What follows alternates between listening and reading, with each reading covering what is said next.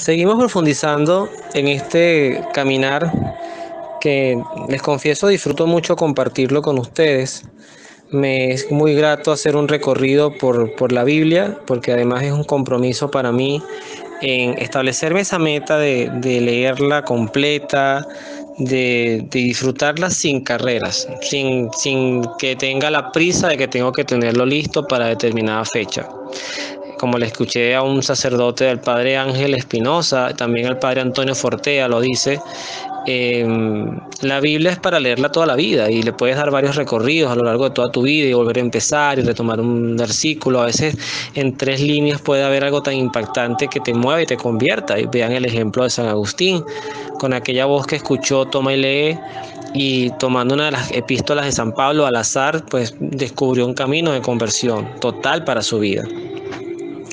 En ese caminar estamos pues en el libro de Samuel, y el libro de Samuel, ya teniendo el elemento anterior que vimos en nuestro encuentro pasado, donde el pueblo le pedía a Samuel un rey, porque ya Samuel envejecía, pero además explicando que Samuel pues, fue el último de los jueces del Antiguo Testamento para entrar al periodo de los reyes, la etapa de los reyes de Israel, que fueron bastantes, que fueron muchos años, muchos siglos de reinados, algunos más asertivos que otros, unos más terribles, casi todos en esencia pues construyeron un granito para lo que fue al final el total destierro y la pérdida de identidad como pueblo, que fue diríamos hoy en los términos tecnológicos, informáticos, un reseteo, fue un formateo como sociedad, pero de lo que ahí surgió, lo que ahí emergió, fue verdaderamente unos pocos pero muy importantes frutos de santidad, lo que hoy entendemos como la santidad. Pues justamente llegamos al momento de la escogencia, la mirada para escoger al rey, perdón, que Dios quería para Israel. Pero sí voy a hacer como un paréntesis. Dio un salto importante entre lo que fue el clamor del pueblo de pedir un rey y la escogencia de David, que es lo que vamos a ver hoy. ¿Por qué no incluyo a Saúl? Saúl va a aparecer en el libro de Samuel muchas veces, inclusive aun cuando todavía David no se había constituido formalmente como rey. Saúl hay que decirlo, fue un buen hombre, fue un hombre escogido por Dios también dentro de todo este tema y ungido por Samuel, pero cometió un pecado de infidelidad y de duda que hoy me debatía si hablar de eso o hablar de David, pero me pareció importante hablar de David ya directamente, porque en David también vamos a ver más adelante un pecado muy similar al de Saúl, que es perfectamente narrado por otro profeta importante en la vida de David, pero ya llegaremos a su momento. Entonces, yo quiero centrarme básicamente cuando ya Saúl pierde un poquito el favor de Dios para que siga siendo rey y se le encomienda a Samuel ir a la casa de Jesé. Jesé, este nombre manténganlo en su mente, es como escribir José pero con E, Jesé, que tenía, era un hombre que tenía sus hijos, tenía varios hijos. Y dentro de estos hijos se le había dicho a Samuel que Dios ungiría a uno como el rey de David. Cabe destacar en este proceso de escogencia de cómo llega Samuel a la casa de Jesé, que al final de lo que Samuel llevaba como expectativa, y es donde quiero centrarme en nuestro encuentro de hoy, lo que Samuel llevaba como expectativa de misión fue muy contrario a lo que él encontró como el deseo de Dios. Vamos a escuchar entonces un momento la lectura. Es un salto importante, ya llega a la casa de Jesé, entiende su misión, y es el momento, a partir del versículo 6 del capítulo 16 de este primer libro de Samuel, que cuando los hijos de Jesé se presentan ante Samuel. El primero que vio fue Eliab, el mayor de edad. Y fíjense lo que Samuel se dice a sí mismo, no es que lo proclama, es que lo dice internamente. Sin duda, este será el elegido. Pero Yahvé dijo a Samuel: no mires su apariencia ni su gran estatura, porque lo he descartado. pues la mirada de Dios no es la mirada del hombre. El hombre mira las apariencias, pero Yahvé mira el corazón. Esto que acabo de leer es la enseñanza del día, pero vamos a avanzar. Llamó Jesé a su hijo Abinadab y lo hizo pasar ante Samuel, quien dijo: tampoco a este eligió Yahvé. Jesé hizo pasar a Sama, pero Samuel dijo: tampoco este es el que ha elegido Yahvé. Jesé hizo pasar a sus 7 hijos ante Samuel, pero este dijo: a ninguno de estos ha elegido Yahvé. Preguntó entonces Samuel a Jesé: ¿están aquí todos tus hijos? Él contestó: falta el más pequeño, que está cuidando las ovejas. Samuel le dijo: anda a buscarlo, pues no nos sentaremos a comer hasta que él haya venido. Mandó Jesé a buscar a su hijo menor. Era rubio, tenía lindos ojos y buena presencia. Y Yahvé dijo: levántate y conságralo con aceite, porque es este. Tomó Samuel el cuerno de aceite y lo ungió en medio de sus hermanos. Y el espíritu de Yahvé permaneció sobre David desde aquel día. Luego se marchó Samuel y volvió a Ramá. Palabra de Dios, te alabamos, Señor. De este texto uno pudiera hacer un taller completo, literalmente, de lo que tiene que ver con los pensamientos de Dios que no son nuestros pensamientos. Pero para mí y lo menciona en el texto introductorio, para mí uno de los puntos importantes es esta primera fase, ¿no? Esta fase la vamos a dividir en dos. Primero, cómo veo yo a mi hermano, a mi prójimo, y luego cómo me veo a mí mismo. Y en ambas miradas, generalmente, hay que decirlo, siempre nos equivocamos. Siempre. Hay que ser muy honestos, porque siempre juzgamos a razón de un momento, de una fotografía, de un presente, y nunca tenemos acceso a toda la historia de una persona, y tampoco podemos entender a veces los contextos que a un ser humano lo llevaron en un momento determinado a reaccionar de determinada manera. Samuel va con una misión que no pareciera ser apurada. O sea, él no es que vaya a agarrar al primero que me diga que sí para yo salir de esta misión, sino que Samuel va con un propósito. Y cuando Dios le dice que vaya a la casa de Jesé a escoger un rey, ya él llevaba el prototipo de cómo debía ser ese rey. Tenía que ser un guerrero. De hecho, estos hijos de Jesé habían peleado o peleaban, mejor dicho, en el ejército de Saúl, de estos primeros sobre todo. Y por eso es que esta anécdota, después que también la vamos a ver, de cuando David vence a Goliat, que es una historia también muy hermosa, es el contexto de que el rey tenía que ser un guerrero, un soldado, un hombre de estatura, un hombre de fuerza que inspirara miedo. Y es inclusive la misma mirada que tenía el pueblo ante el Mesías. Por eso es que Cristo desentonaba en apariencia lo que debía ser un Mesías. No, Cristo no era un hombre agresivo, no pregonaba un discurso en contra del Imperio Romano, no pregonaba violencia, pregonaba la inclusión, pregonaba el perdón. Entonces eso no sonaba mucho con este tema de que nos están oprimiendo, lucha en favor de nuestra causa. Entonces Samuel se consigue efectivamente, la primera gran enseñanza de este texto no es para los hermanos de David ni para Jesé su papá, es para el propio Samuel. Ojo con eso, es para el propio Samuel, el profeta, o en este caso el juez, pero es un profeta, de quien se decía que todo lo que advertía se daba. O sea, era un profeta importante. Pero fíjese que esta enseñanza es para Samuel. Tú, Samuel, que tienes años en la evangelización, tú, Samuel, que tienes años, hoy diríamos evangelización al mensaje de la buena nueva, por eso lo parafraseo con nuestro tiempo. Tú, Samuel, que estás metido siempre en la iglesia, que estás en el grupo de oración, tú que siempre eres el que ayuda al sacerdote en el altar, tú juzgas con las apariencias y así no juzgo yo. Por eso es que Samuel, aún en su vejez, porque ya en este momento Samuel no era ningún joven, era un hombre ya anciano, Samuel se encuentra con un Dios también que se le revela en un sentido distinto. Ustedes juzgan con las apariencias, yo conozco el corazón. ¿Qué vio Dios en David? Posiblemente lo que el mundo descarta, porque ser cuidador de ovejas era un trabajo verdaderamente pobre, o sea, era un trabajo, no era de los más admirados en esos tiempos.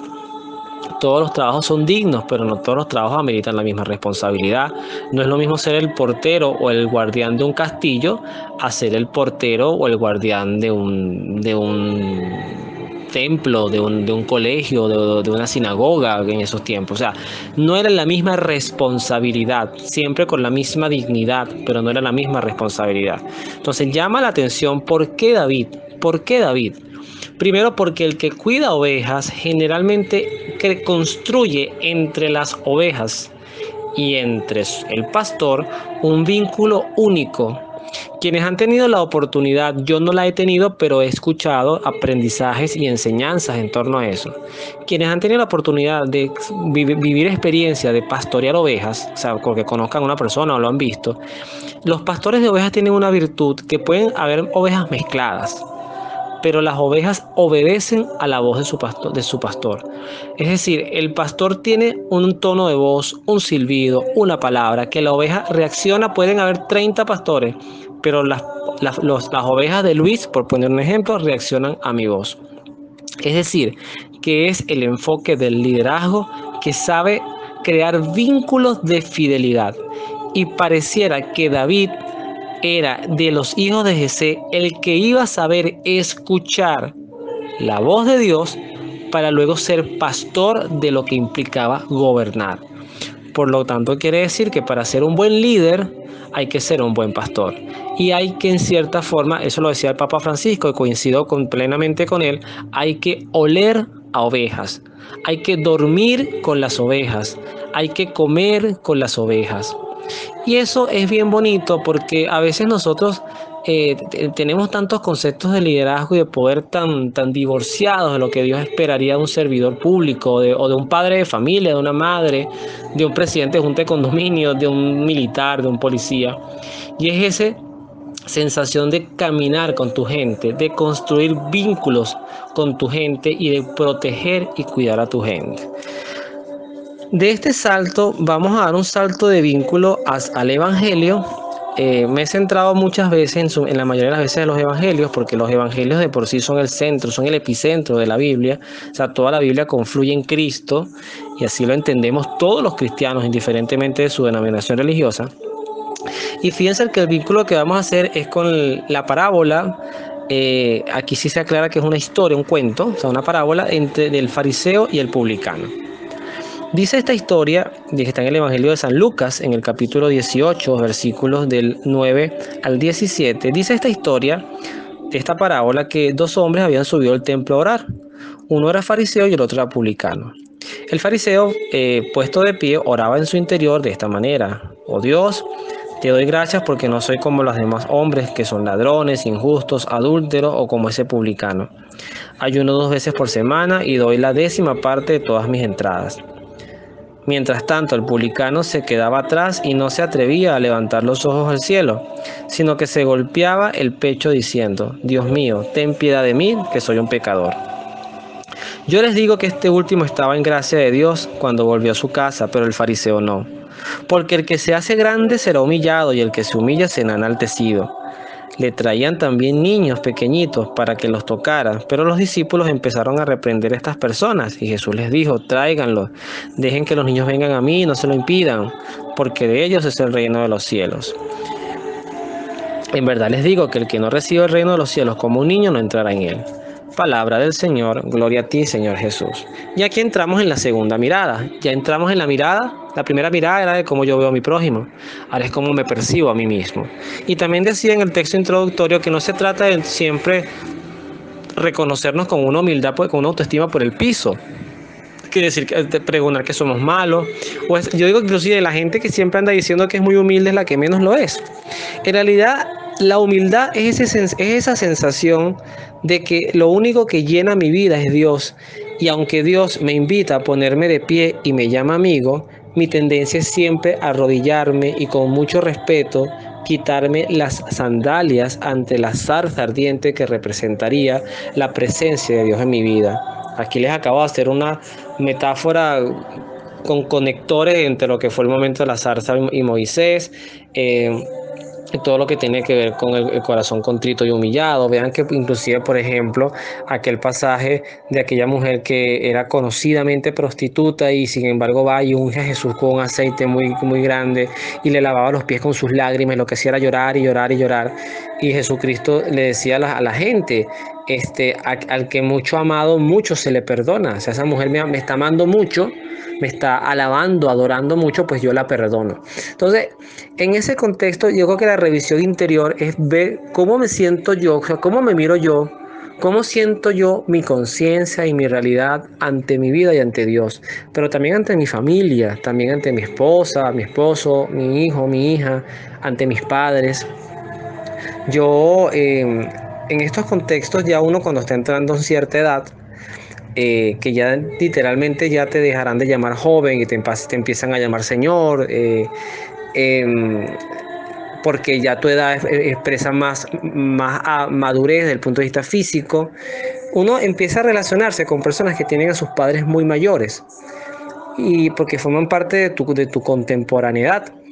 Y estos padres mayores, bueno, en algunos casos, algunos llegan con más problemas de salud que otros. Muchos tienen esa misión de que tienen a sus padres consigo, pero bueno, pues están enfermos, algunos tienen problemas de visión, otros de tensión, otros de diabetes, otros están en cama, otros son temas de repente algunos asomos de una pequeña demencia senil. Y entonces generalmente el tratamiento común, yo aplaudo a los hijos que son así, para mí son una gran enseñanza y testimonio conocer personas así. Es esa sensación que dice, oye, es que mis papás hicieron mucho más por mí. O sea, y uno que es padre y tiene un hijo pequeño, sabe todo lo que implica cuando el niño, hasta para ir al baño tienes que asearlo, tienes que cepillarle los dientes, tienes que bañarlo, tienes que darle la comida, tienes que velar inclusive porque cambiarle la ropa y todo eso son años. O sea, no estoy hablando de que eso son semanas, esos son los primeros 3, 4, 5 años de vida o hasta más, que tú tienes que estar haciendo un acompañamiento como de un cuidado de un enfermo, solamente que esta persona va entrando en madurez, pero nuestros padres van entrando posiblemente en una edad más bien diferente, van entrando nuevamente en una dependencia emocional.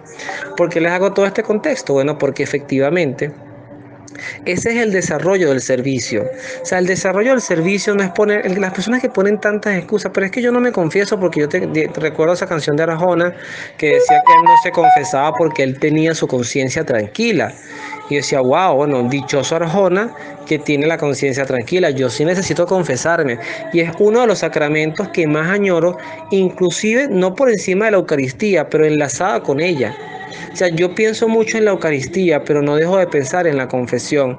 No dejo de pensar en la necesidad que tiene mi ser de reconciliarse con un Dios que ha sido constante, que su presencia ha sido generosa, que todos los días me regala un día más de vida, que me permite, porque no es mío, me permite tener un techo donde vivir, me permite tener comida en mi mesa, tener a mi familia junto a mí, que no me anda dando tumbos, que tengo un trabajo estable, un trabajo donde hay muchas responsabilidades y además que tengo un grupo de compañeros de trabajo en todas las etapas, en todas las áreas, con sus aristas, con sus emociones, pero que son gente buena y eso también hay que destacarlo. En su mayoría lo son, tampoco los conozco a todos y de los que tengo algunas impresiones quizás no muy favorables mías, este texto me las aclara. Desde Samuel me dice, Luis, pero es que tú estás evaluando las apariencias en tu vida, pero esta persona no es así. O sea, yo conozco a esta persona y conozco por qué en un momento puntual reaccionó de esa manera, pero ella no es así. Y además también me lo dice en el fariseo. Cuidado con creerte bueno, cuidado con creerte indispensable, cuidado con creerte que a partir de ti es que se iluminó el mundo, porque eso no es así. Todos son importantes y aplaudo la sensación de necesidad de arrepentimiento y perdón que desde este publicano yo también puedo aprender a vivir en mi vida. O sea, este publicano reconcilia mi necesidad de sentirme humillado, pero no ante un Dios que me humilla, sino humillado en el sentido de que yo me hago pequeño ante un Dios que es grande y ese Dios me llama amigo y wow, yo merezco ser llamado amigo de Dios, porque la gente mis conceptos de amigo también son muy distintos. Yo a mis amigos, los que me quedan, porque muchos se fueron del país, la gran mayoría, pero a mis amigos yo los llamaba todos los días, nos reuníamos, compartíamos, me reía con ellos. ¿Cuántas veces me comunico yo con Dios? ¿Qué tan importante es mi relación con Dios que no sea solamente para pedir, sino para decirle, Señor, hoy me pasó esta anécdota, Señor, tengo esta preocupación, Señor, tengo este chiste que me contaron hoy que te puedo contar, porque es un chiste que te puedo contar, porque hay otros chistes que son muy vulgares que aunque den risa, pues tú no te mereces que de mi boca yo proclame semejante cosa. O sea, todo ese tipo de relacionalidad con Dios la tengo. Eso también marca una pauta. El publicano sabía dónde pedir perdón y se sentía que necesitaba de Dios. El fariseo no necesitaba de Dios. El fariseo le estaba recordando a Dios lo bueno que él era, lo bueno que él se sentía. O sea, era colocar esa gente que se sienta de primero y en todo participa de primero y en todo figura y en todo tiene que opinar. O sea, todos nosotros tenemos que hacer un bonito ejercicio de reencontrarnos. Primero, con la prudencia. Wow, yo digo que las personas que son, yo no tengo esa virtud, me encantaría desarrollarla y créanme que voy a trabajar en eso, pero las personas que son capaces de ser muy prudentes en sus comentarios, guardar silencio, no juzgar, tratar de, si quieres saber el porqué de alguien, o sea, alguien que te genera molestia, pues profundizar más en las causas, no como chistes, sino yo quiero llegar a ti, pero para ayudarte, para acompañarte, para que no te sientas atacado, para que no te sientas juzgado.